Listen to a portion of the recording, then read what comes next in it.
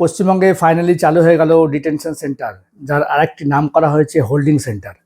তো কাদের কাদের সেই ডিটেনশন ক্যাম্পে রাখা হবে এবং কি কি ফিচার্স থাকবে, কি কি তার বৈশিষ্ট্য হবে এবং কতদিনের মধ্যে তাদেরকে বাংলাদেশ বা মায়ানমারে পাঠানো হবে, তার কিন্তু ডিটেলস তথ্য কিন্তু আজকে আমি আপনাদের সঙ্গে শেয়ার করব, জানাবো। দেখুন, ভোটের আগে, এসআরের আগে অমিত শাহ কিন্তু অনেকবার রাজ্যে এসেছেন এবং তিনি ভালো করে বুঝিয়ে দিয়েছেন যে পশ্চিমবঙ্গের মেন সমস্যা হচ্ছে ইনফিল্ট্রেটার্স, ঘুষপেটিয়া, অবৈধ অনুপ্রবেশকারী। তাদের জন্য কিন্তু আমাদের দেশের নিরাপত্তা বিঘ্নিত হচ্ছে, আমাদের দেশের খাদ্য সংকট দেখা যাচ্ছে, আমাদের দেশে কিন্তু বেকারত্ব বৃদ্ধি পাচ্ছে। তাহলে সেই সমস্ত অবৈধ নাগরিকদের, যারা কিনা বাংলাদেশ মায়ানমার থেকে অবৈধভাবে পশ্চিমবঙ্গ সীমানা দিয়ে বা অন্য সীমান্ত দিয়ে ঢুকেছে, তাদেরকে কিন্তু প্রথমে ডিটেক্ট করা হবে, তারপরে ডিলিট করা হবে, তারপরে কিন্তু তাকে ডিপোর্ট করা হবে। 3D, অর্থাৎ ডিটেক্ট, ডিলিট এবং ডিপোর্ট। প্রথমে খোঁজ করা হবে, তারপরে ভোটার লিস্ট থেকে নাম বাদ দেওয়া হবে এবং তারপরে কিন্তু তাকে ডিপোর্ট করা হবে সেই দেশে। এই নিয়ে বিভিন্ন জেলা শাসকদের কাছ থেকে কিন্তু নির্দেশ অলরেডি চলে এসেছে। তো যে হোল্ডিং সেন্টারগুলো হবে তার একটা রূপরেখা কেন্দ্র সরকার বেঁধে দিয়েছে যে একটি সরকারি জায়গায় কিন্তু এই হোল্ডিং সেন্টারগুলো তৈরি করতে হবে এবং এর পাঁচিল 10 ফুট হবে, 10 ফুট পাঁচিল হবে এবং তার উপরে কাঁটাতার থাকবে।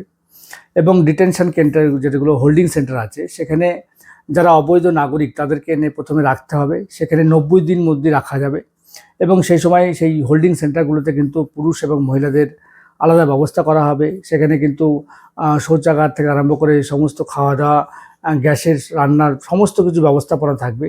কিন্তু কোনো সরকারি জেলে কিন্তু এই ব্যবস্থাটা রাখা হবে না, এটা আলাদাভাবে একটা ভবন করা হবে। বা যদি কোথাও সরকারি জমি না পাওয়া যায় তাহলে বেসরকারি ভবনটাও ব্যবহার করা যেতে পারে। এখন সবচেয়ে বড় কোশ্চেন, কাদেরকে পাঠানো হবে? আপনারা জানেন পশ্চিমবঙ্গে কিন্তু প্রচুর অবৈধ বাংলাদেশি নাগরিকরা রয়েছে। তার ভাষণ কিন্তু এক প্রকার ডিটেক্ট করেছে এবং সেখান থেকে কিন্তু তারা আস্তে আস্তে সেখান থেকে কিন্তু তারা হোল্ডিং সেন্টারে নিয়ে যাবে এবং সেখান থেকে আস্তে আস্তে তাদের কিন্তু বাংলাদেশ বা মায়ানমারে ডিপোর্ট করা হবে। কিন্তু সবচেয়ে বড় সমস্যা হচ্ছে আমাদের নাগরিক সমাজের যেটা চিন্তা, অনেক মানুষ চিন্তা করছে যে যদি কেউ আবার আমাদের দেশের সত্যিকারের নাগরিক কিন্তু কোনো কাগজপত্র নেই, তাদেরকে কি এরকম বিড়ম্বনার মধ্যে পড়তে হবে যে তাদেরকে নিয়ে যাওয়া হবে?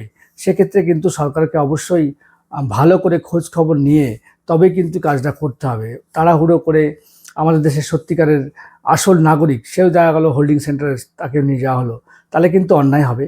আমার কাছে কথা হচ্ছে, যা করা হোক না কেন, অবশ্যই আমরা চাই বাংলাদেশি মায়ানমারদের আমাদের দেশ থেকে তাড়িয়ে দেওয়া হোক, আমাদের দেশ থেকে ডিপোর্ট করে দেওয়া হোক।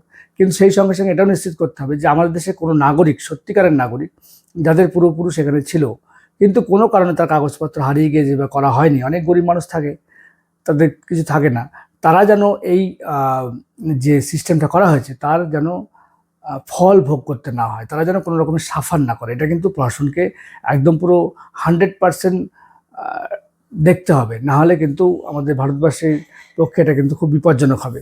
সুতরাং ডিটেক্ট, ডিলিট এবং ডিপোর্ট, এটাকে আপনি সমর্থন করেন কিনা বা করলেও কেন করেন, অবশ্যই আমার কমেন্ট বক্সে জানাবেন। আমার ভিডিও ভালো লাগলে লাইক করবেন, আমার চ্যানেলকে সাবস্ক্রাইব করবেন। Thank you, tata, bye by.